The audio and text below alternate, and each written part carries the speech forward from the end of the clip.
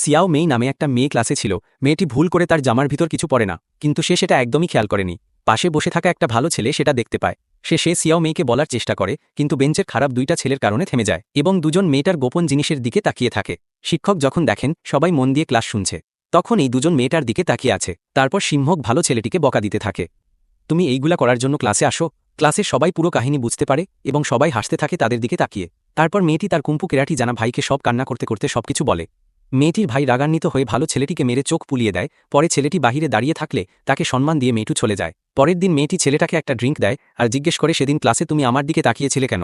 আমি কাপড়ের ভিতরে কিছু পরিনি, আমি দেরিতে উঠেছিলাম, ভুলে গিয়েছিলাম, কিন্তু তুমি আমাকে কেন বলনি? উদ্ধৃতি চিহ্ন ডট।